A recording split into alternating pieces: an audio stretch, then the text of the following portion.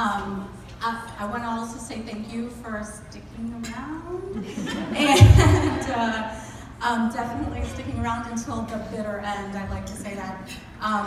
It's Friday afternoon. I apologize. I am looking at my notes because my brain is probably just about as fried as yours is right now. So I just want to make sure that I don't miss anything.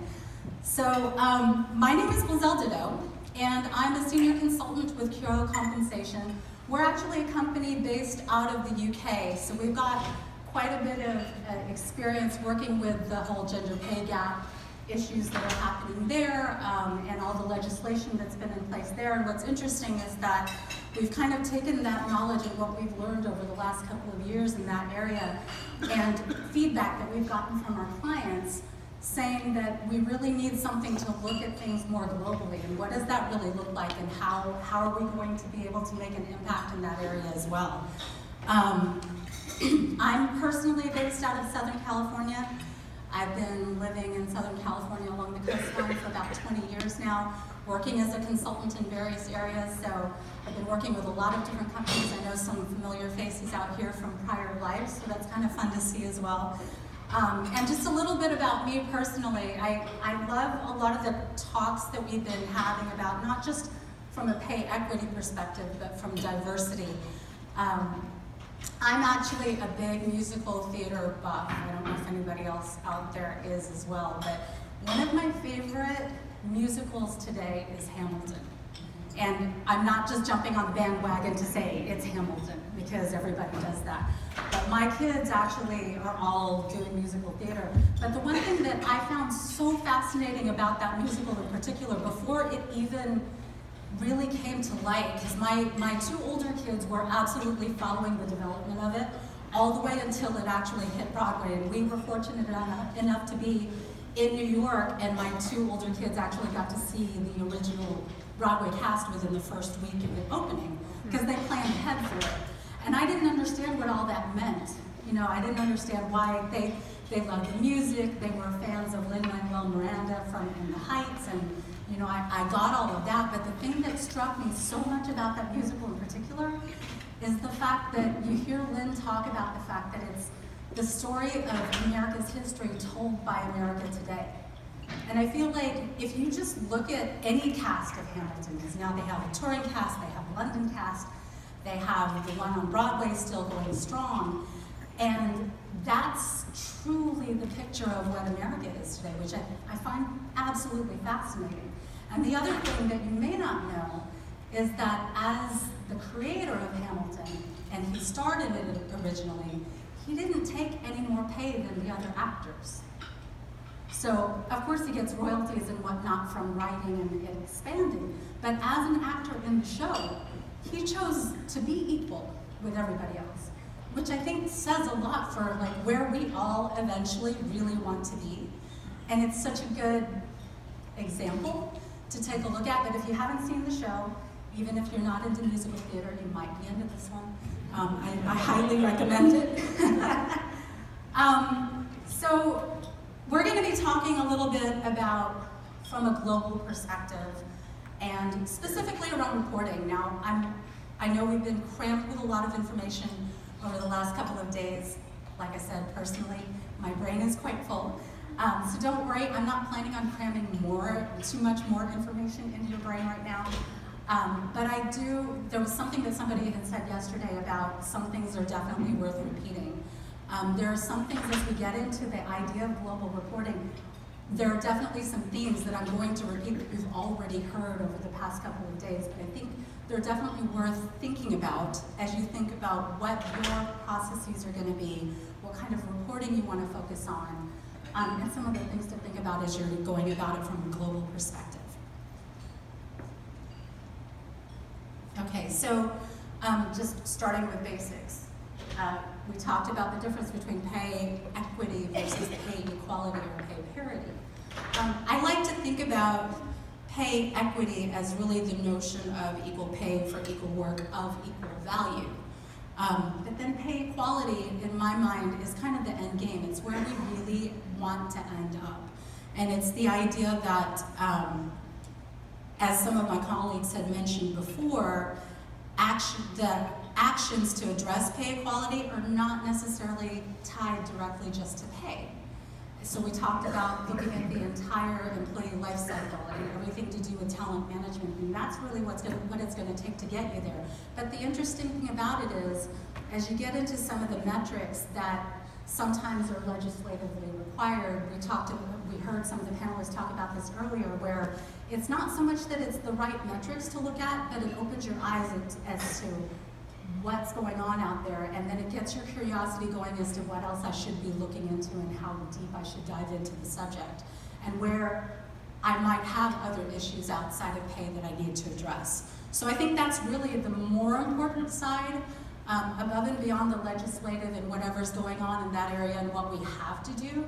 It's what you could possibly glean from the information that you're getting as you're doing that type of reporting. And I'm kind of one of those analytical minds that likes to, I start to see something and unfortunately it means that I go down a rabbit hole. But sometimes that's the right rabbit hole. So keep your mind open to that as well. I also like pictures. So we talked a little bit about the legislation that has been happening in the US already, and this gives you a little bit more of a visual on what's really happening specifically in the US. So if we look at, again, legislation has been around in the US really since like the 60s, and then various changes to that legislation are still in process now. But then what's happening is, because of all of the really what I would consider tepid penalties and kind of loopholes that people are finding, the states are starting to step in and really lay out what's important to each of the states. And what you're seeing up here, when you look at the dark gray in particular, so states like Arizona, Georgia, and Maine, they're the ones that are really focusing just on gender. So their legislation is specific around gender-specific protections. And we were just talking at the table earlier where there's going to be some interesting changes in that as well, with the potential of having to consider non-binary and, and people changing their gender and things like that. So I think that game is even changing. And then if you look at those that are in red, so California, Texas, New York, they have the gender-specific protections plus other things like potentially race or religion or national origin. So they've taken it a little bit further than that. And then, as we mentioned yesterday, there are also states, and actually it was mentioned again today, that have banned the idea of looking or disclosing your salary history, or asking for it, I should say. So the ones that are actually marked with stars are the ones where you're not allowed to ask for salary history. And I think that's going to continue to expand, and what a lot of companies are doing is actually kind of answering to the harshest one, or the hardest one to answer to. They're saying, okay, some people are not allowing us to do that. We're just not going to do it across the board, regardless of where we're interviewing and where we're getting candidates from. And then finally, if you look at the ones in white, there's a few of them there, so Mississippi and Alabama, they don't have anything yet. Probably coming, but they don't have anything yet. They're basically just sticking with what the federal is dictating to them. Now, from a global perspective, 40% of the countries have adopted the full principle of equal pay for equal work of equal value, while the others are really focusing on equal pay for equal work. So we kind of talked already about kind of the difference between those, but it's important to note that as you're thinking about pulling analytics around those. And then to get more specific about the global legislation trends that we're seeing. So in addition to the US, there's more specific pay equity legislation emerging in many of the countries, but predominantly in Europe. So the different types of legislation, I would say, can be grouped into 4 different categories. You're noting the 4 different ones up here. So pay transparency, we've talked a little bit about. In some of the Nordic countries like Norway, Sweden, Finland, employee tax returns can become available on demand. In Germany, employees are allowed to request the median pay of their colleagues of the opposite gender for, I think, once every 2 years is the regulation there. And then the ones that are actually imposing some sort of gender audits, So that exists currently in the US for federal contractors. Spain, Austria, Denmark, Belgium, France, and Sweden require companies to undertake audits to detect any kind of issues and remedy them and prevent unjustified differences. And then one thing to note about that is if that's happening, then that information also becomes available for others to see. So we'll talk a little bit about how that affects you as well. And then finally, the equal pay certification in Iceland. Oh, let me take one step back. Reporting requirements. So in some locations, you're actually required to report to the government bodies. So we've talked about the UK, GPG, this Gender Pay Act. Actually, originally, the Equal Pay Act was passed in 1970, but then since then, we've had the Gender Pay Act that has happened. And again, that's where our company has actually already dove in pretty much at first when it comes to helping companies with that type of reporting requirements. But again, I think the big question or the big advantage of that is the fact that now they're looking at the data, now they're also seeing where else they need to continue to investigate beyond gender and what they can do to potentially do that. And then finally, the equal pay certification. So this is kind of the icing on the cake. The high water mark is Iceland. So they have legislation that was passed, I believe it was early last year, and it requires that public and private bodies employing at least 25 employees. Can you imagine how many companies that would be here if that were instituted? But at least 25 employees are now required to get certification from an accredited auditor as proof that women and men in their employment are paid at an equal basis. That's crazy. I can't imagine something that strict being employed here, but we'll look in a little bit too to see, is it being effective, right? All right. And then as some of our colleagues have mentioned before, it's worth noting that global reporting data is focused on gender pay gaps. We talked about that too. A few different reasons why. I liked the explanation earlier that I heard. You know, we've got to, if we can focus on this and get this right, can you imagine what we can do with the rest of this stuff? And this is the problem that we've been dealing with for a while. And honestly, it's an obvious one. Let's get this right first. But in addition to that, just the availability of the data. And we'll talk a little bit about some of the specifics behind that. But one source that we often refer to is the World Economic Forum, the Global Gender Gap Index. And it was first introduced in 2006 as a framework for capturing this information. It actually measures progress across 4 sub-indexes. And again, you can read all the details about that, but that's kind of interesting to note as well.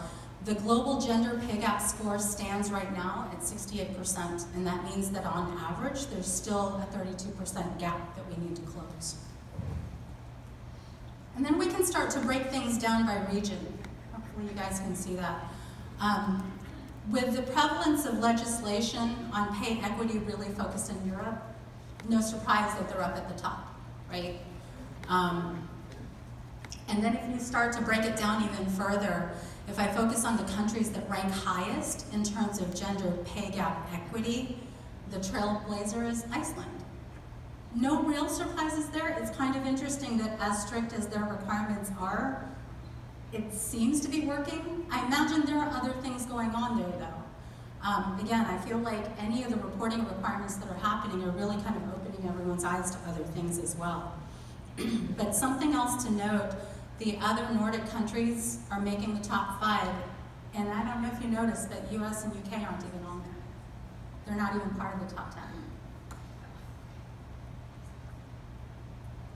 So there's another source that's less quoted that looks at more specific pay gaps. It's the ILO Global Wage Report of 2018-2019. It's the 6th in its series. The data on wages from 64 countries is collected, which altogether reflect about 75% of the world's wage employees. This report shows that the wage differentiation on a global basis between genders is about 35.5%. And then the interesting is they start to break it down based on income groups. So the countries with the lowest levels of wage inequality are found among the higher income groups. And then as you go deeper down into the middle income and low income groups, that's where the highest levels of wage inequality appear. So as you're thinking about the different types of ways you're grouping, as we talked about from a reporting perspective, you want to look at different groups. And how do you logically look at groups? And if you've got, a job taxonomy and you've got regions and things like that, that seems to be a logical way to look at things. But I would also kind of consider where you have a presence globally and look at whether those particular countries that you have a presence in are falling in that upper income, middle income, low income area, and that might be a telling point as well. And then finally, we talked a little bit about the problems with global ethnicity reporting. Again, I think the big thing is, from a data perspective, it's inconsistent data, it's hard to track, it's not required that we're tracking it. It's kind of difficult to find the information, but especially when you start to get into things like you're visually seeing what you think somebody is, how accurate can that possibly be? And it's a matter of whether you want to rely on that or not. But we've had some companies that have already reported they're kind of not looking at it that way. I mean, it's an interesting cut, but I think there are other ways that we can also kind of dive in, and it's also a matter of where do you have that data, and is it worthwhile to look at it in those particular regions and how they're collecting it in those various regions. So why are companies doing global pay audits? Again, some of these we've discussed in the past couple of days, but I'll try to sum it up pretty quickly here for you. Breaking it down into employee engagement. So we talked a lot about the effects of pay equity and everything that goes around that with employee engagement. A lot of it is around perception of fairness. And with that perception of fairness, it's kind of thinking about how are you even communicating what your pay strategies are. And if your employees are not really clear on exactly what your strategies are and what your goals are and how you're fixing some of the issues that you might have, then they're left to kind of come up with their own conclusions.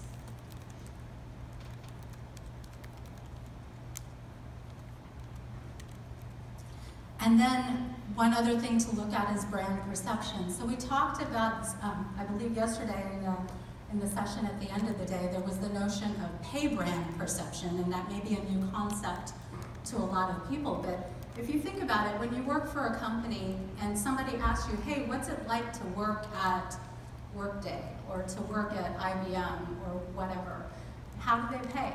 And what's your immediate gut response?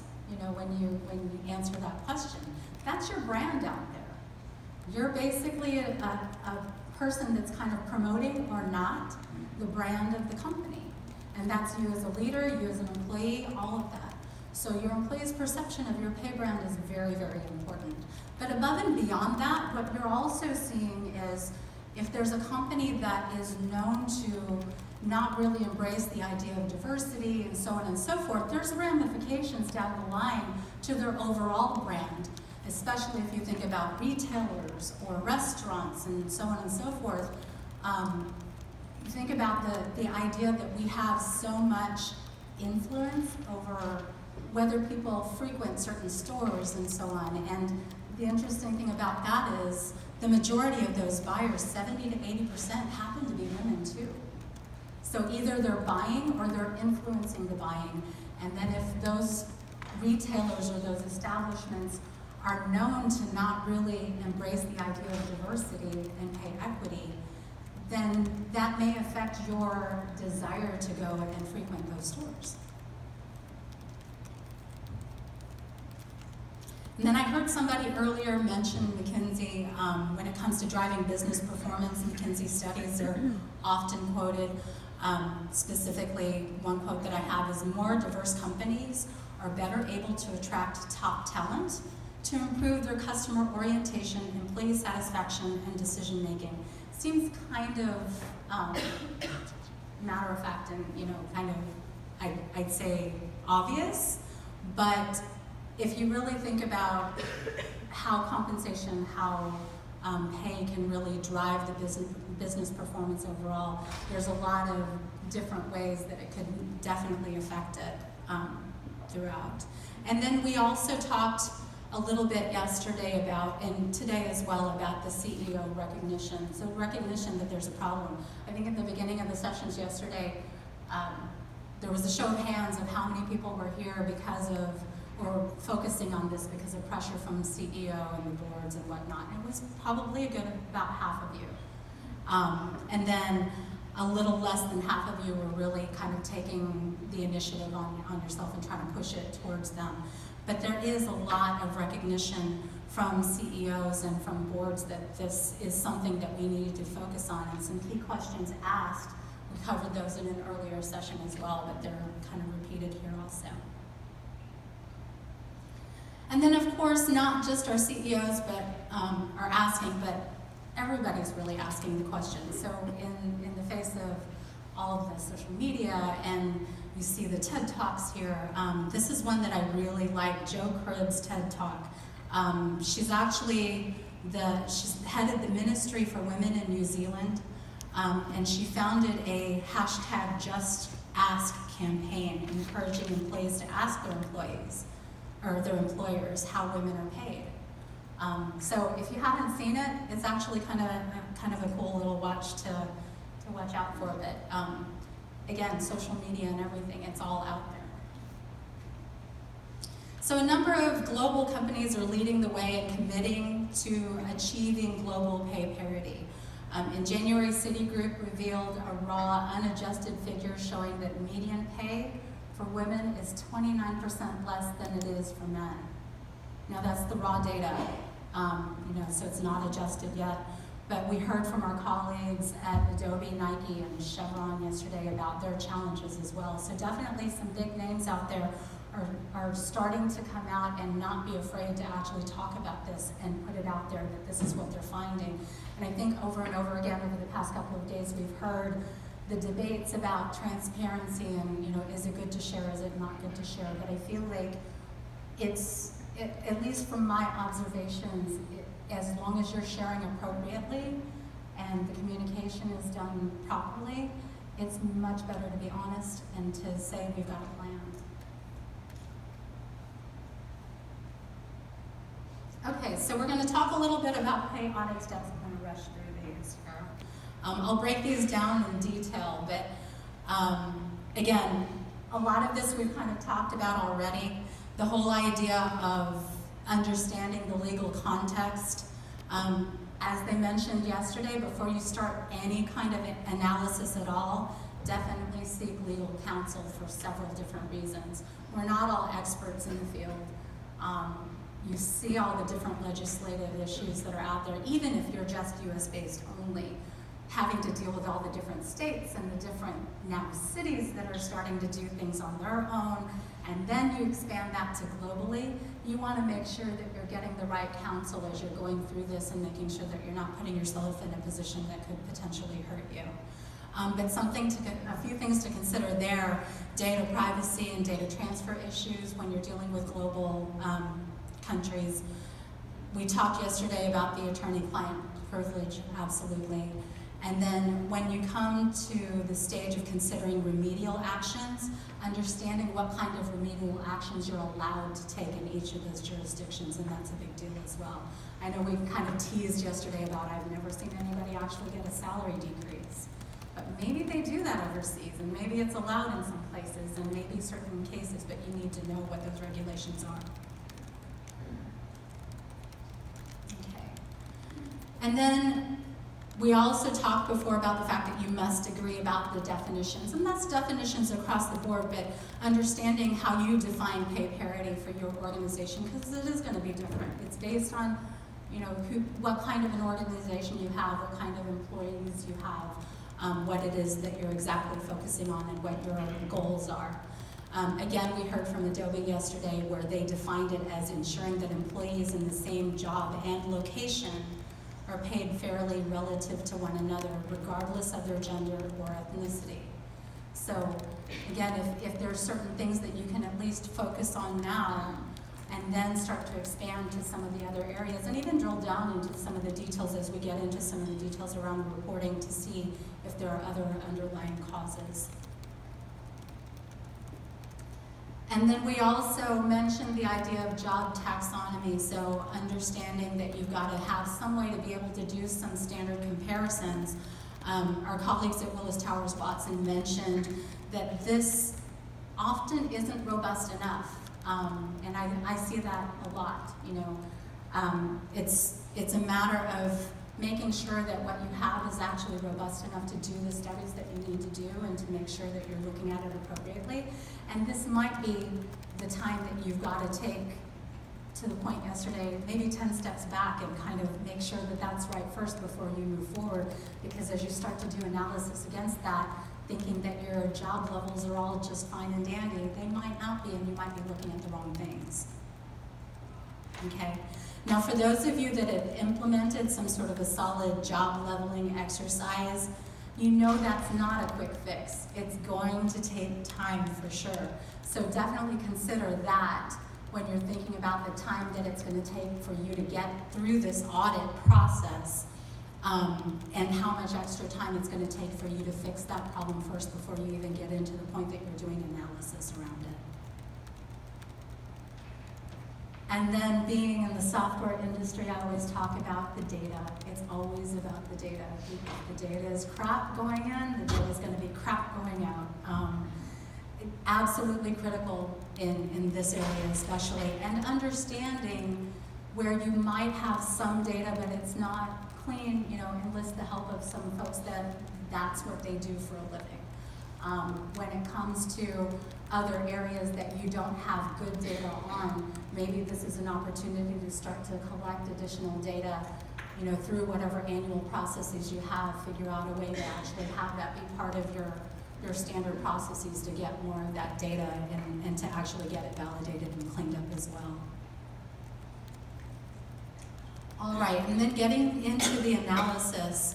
So I think the key here is looking at initially raw pay gaps, aggregating mean and median data, super simple from that perspective, but then thinking about how you actually divide that up. So we talked about the different groupings, company-wide, and looking at the pay disparities company-wide, but then really starting to drill down. As I talked about earlier, location might be a good thing to take a look at. As you're looking at it globally, start looking at the different ways you can group together your different countries that you're located in as well. And then what other relevant organization groups might there be? Again, just depending on your particular organization. If you happen to be an engineering organization, there's a difference between looking at the engineers versus looking at compensation versus looking at accounting, so things like that as well, and of course by jobs. And then understanding what explained factors there would potentially be and what types of things you might need to be looking at when you get into those details. I'm going to skip over these really quick. And then as we get into remedial actions, when you finally want to consider implementing some sort of a formal remediation process for adjustments, you might be looking at it from an individual perspective or in groups. But it does require that you've got some pretty good tracking of the pay differences and the changes over time and just looking at all of that history. So keep that in mind as well. So pay gaps may be valid, but you'd have to actually look at what happened when they got hired and what was going on at that time. We talked a lot about that over the past couple of days too, but it's kind of being aware of the type of information that you're gonna need to have in order to be able to explain those differences and actually take action upon them.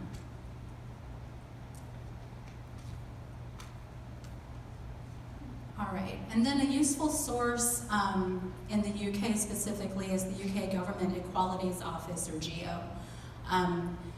research into actions that can help to close any of the pay gaps. Again, this is something that they've been focusing on for a while, and we can learn something from that as well. And just like you've seen with the legislation that has happened in the past too, it always seems to kind of piggyback off of what other areas, other regions, other countries have already done, and they'll revise it just slightly. So it's interesting to kind of learn from what they've actually done in the UK. Okay. And then so hopefully going through those steps has given us some idea of the magnitude of what's involved. Again, just a little glimpse of it. I know it's the end of the day on Friday. But you understand it's a complex project. It's not going to be a simple thing.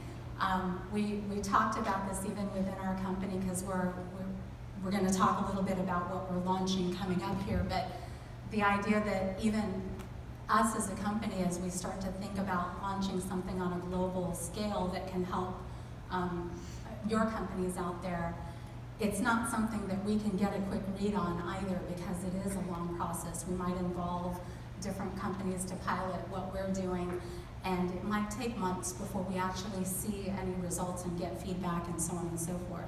But I like to use this slide because, you know, you've heard the old adage that Rome wasn't built in a day, right?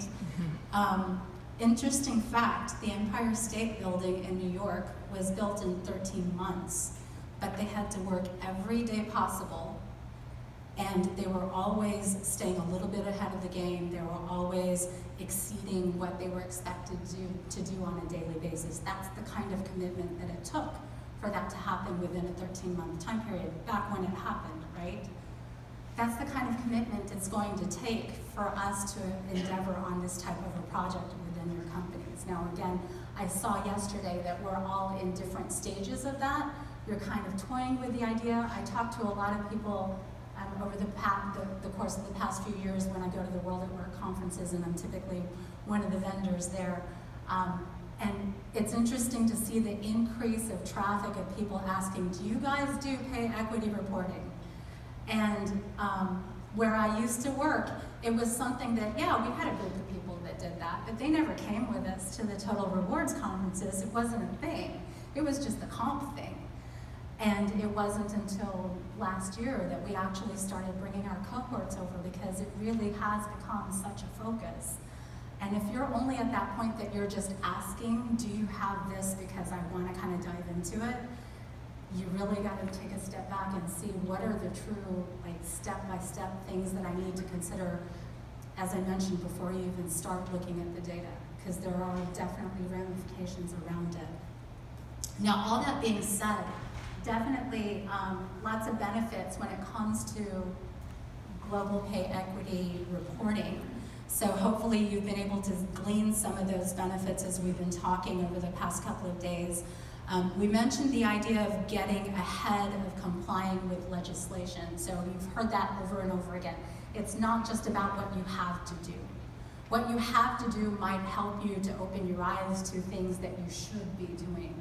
But that shouldn't be what's dictating what you're doing today, because then you're just constantly going to be chasing the new legislation and so on. So that's what we're trying to help people do, is before you even have something that you have to answer to in certain places, let's figure out how we can help you to get the information that you need to answer to all of those things that might be coming up, and to even do your own research so that you can be ahead of the game past what they're trying to do legislatively. We also talked about the idea of enhancing your brand perception through all of this as well. So again, brand perception from a pay perspective as well as just from your company perspective. I always talk about the fact that as an employee of a company, you're kind of selling your company too. As you talk to your friends, you talk to your colleagues, everybody's on LinkedIn, you know, how well do you support your brand as a company that you work for? Or are you one that's on Glassdoor that's, you know, constantly knocking it? So it's something to think about. We know that successful businesses that think inclusively and globally in order to be competitive are on an international scale. So they really have a tendency to be much more successful overall if they're more forward thinking about that on a global perspective.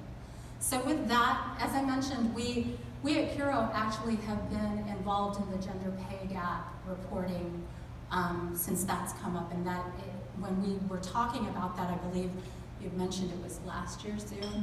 Our CEO was actually at the World at Work conference last year and did a talk about what we're doing on the gender pay gap side of the house. And the constant question was, well, what are we doing globally? Are you doing anything globally? Can you help us with that too? And we hear that from our customers all the time. So that's kind of what sparked us to go down this path, because we have learned a lot through what's happened there. And like I mentioned, it's not about just answering to the specific reporting requirements. It's taking it a step beyond that and understanding what kind of options do we need to give our customers so that they can really dive into it and do whatever they need to, either for their own purposes within their company or for other legislative purposes that are happening throughout the areas that they're actually involved in. So something to think about in that type of exposure that you might have. So within our product, first of all, we're getting ready to do our first release. It's coming out in May, and actually it'll be just in time for the Total Rewards conference that's happening as well, so we'll be introducing it there. It is a self-service solution. It's designed really for HR and reward users, and that's a shift for our sales folks too. It's thinking that, oh, we're not doing, any kind of planning for the managers. Yes, there might be some of this data that's actually given to managers in some shape, form, or fashion, but this is really a tool for HR and for compensation, and that's very, very important to note. But it is a self-service tool. Our gender pay gap tool is as well. It provides analytics that will give you evidence and insight that you can share with your senior leadership. You can analyze the pay equity by different user-defined protected groups, categories, and whatnot. So again, it's not just about the specific legislation in certain areas, it's understanding what are all the different things I need to look at and what are all the additional things that I would want to dive into. So it gives you kind of that flexibility to be able to do that. And then you'll also be able to calculate raw, mean, and median pay gaps, highlight any areas of risk. You can support the comparisons, and then also looking at fixed pay as well as variable pay, and looking at the total compensation picture, and if you wanted to bring in things like market data points as well to start to do some comparisons also. And then it'll also allow you to drill down to the individual employee data. So this is where it gets really important as you start to think about what your raw gaps are, what's explained, what's not explained, and actually digging into some of those details about what you can explain and how. So it gives you the ability to not only drill down into that detail, but also track the actions and the justifications around that detail. And again, this is going to be released in May of 2019, so watch out for us at the conference coming up. And then shortly after that, we generally do 4 major releases per year of any of our products, but shortly after that, by the end of the year, we're looking at doing a second release where we're actually going to start bringing in additional features that will include analyzing where gaps can be explained in non-monetary factors, so again, getting into a little bit more than just the pay idea of it. And then you'll also be able to calculate monetary value of pay gaps, so for budget considerations, because as you're doing this study, bottom line is you've got to go then and ask for budget money to be able to fix it. So it'll be able to do that type of reporting as well. And then to this point, since this is a global system, it will be multi-currency as well. So that adds a whole other nuance to any of the analysis that you're doing. So if you start thinking about exchange rates and fluctuating exchange rates and you setting what those constants are going to be and whatnot. So the system allows you to configure what those constants are going to be when you're freezing those types of things, if you're truing them up and so on and so forth. Okay, and then as I mentioned, you can find out more from us at the conference coming up in May in Orlando. We'll be there. We're actually currently working with existing clients that we have in-house already that are looking to actually pilot and beta test the product before we release it in May. So we're using a lot of their feedback, and they're global companies. We're using a lot of their feedback to determine, what's important, what flexibilities are important, what types of things are they actually wanting to dive into, and making sure that we have the capability to do that. We're always looking for others that are wanting to also get in on doing some pilot programs as well. So if you're interested, definitely reach out to us. And we're also working with partners. We have a couple of partners that we're already working with to help us to get this out there. We're finding that a lot of those partnerships are really around like legal entities and whatnot that are actually helping, and consulting companies that are actually helping with these types of studies. But again, if you're in that market, let us know that too. All right. Any questions for me?